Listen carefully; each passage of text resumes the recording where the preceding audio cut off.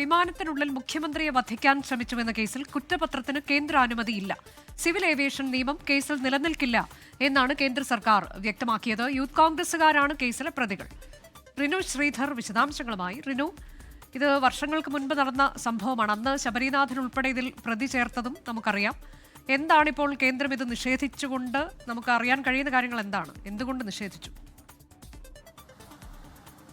അനുജ, നമുക്കറിയാം, അനുജ സൂചിപ്പിച്ചതുപോലെ 2022 കണ്ണൂരിൽ നിന്ന് തിരുവനന്തപുരത്തേക്ക് എത്തിയ മുഖ്യമന്ത്രി വിമാനത്തിനുള്ളിൽ വെച്ച 3 യൂത്ത് കോൺഗ്രസ് പ്രവർത്തകർ കരിങ്കൊടി കാണിക്കുകയും പ്രതിഷേധിക്കുകയും ചെയ്യുന്നത് അത് പിന്നീട് മർദ്ദിക്കാൻ ശ്രമിച്ചു, ആക്രമിക്കാൻ ശ്രമിച്ചു എന്നുള്ള ഒരു കേസിലേക്ക് മാറുന്നൊരു സാഹചര്യം. ഇവർക്ക് 3 പേർക്കെതിരെ FIR രജിസ്റ്റർ ചെയ്യുകയും ചെയ്തു. ശബരിനാഥൻ ഉൾപ്പെടെ ഈ കേസിൽ പ്രതിപട്ടികയിലുണ്ട് എന്നുള്ളതാണ്. എന്തായാലും ഇപ്പോൾ ഈ കേന്ദ്രത്തിൻ്റെ ഒരു അനുമതി ഈ കുറ്റപത്രത്തിന് നൽകുന്നില്ല എന്നുള്ളതാണ്.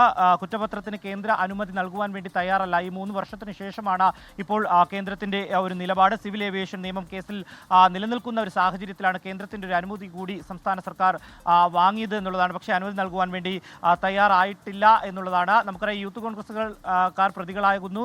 ഇതിനെതിരെ CPM രംഗത്ത് വരുന്ന ഒരു സാഹചര്യം.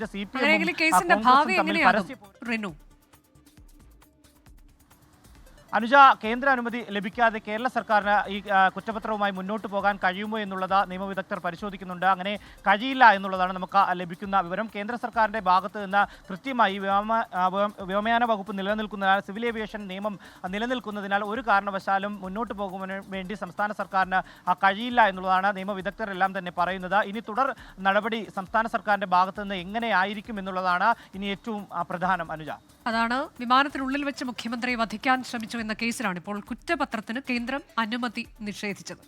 ലോകത്തെവിടെയായാലും ഏത് സമയത്തും 24 വാർത്തകളും ഓഗ്മെന്റഡ് റിയാലിറ്റി പാക്കേജുകളും എക്സ്പ്ലെയിനറുകളും വിശദമായി കാണാൻ ഞങ്ങളുടെ യൂട്യൂബ് ചാനൽ നിങ്ങൾക്ക് സബ്സ്ക്രൈബ് ചെയ്യാം.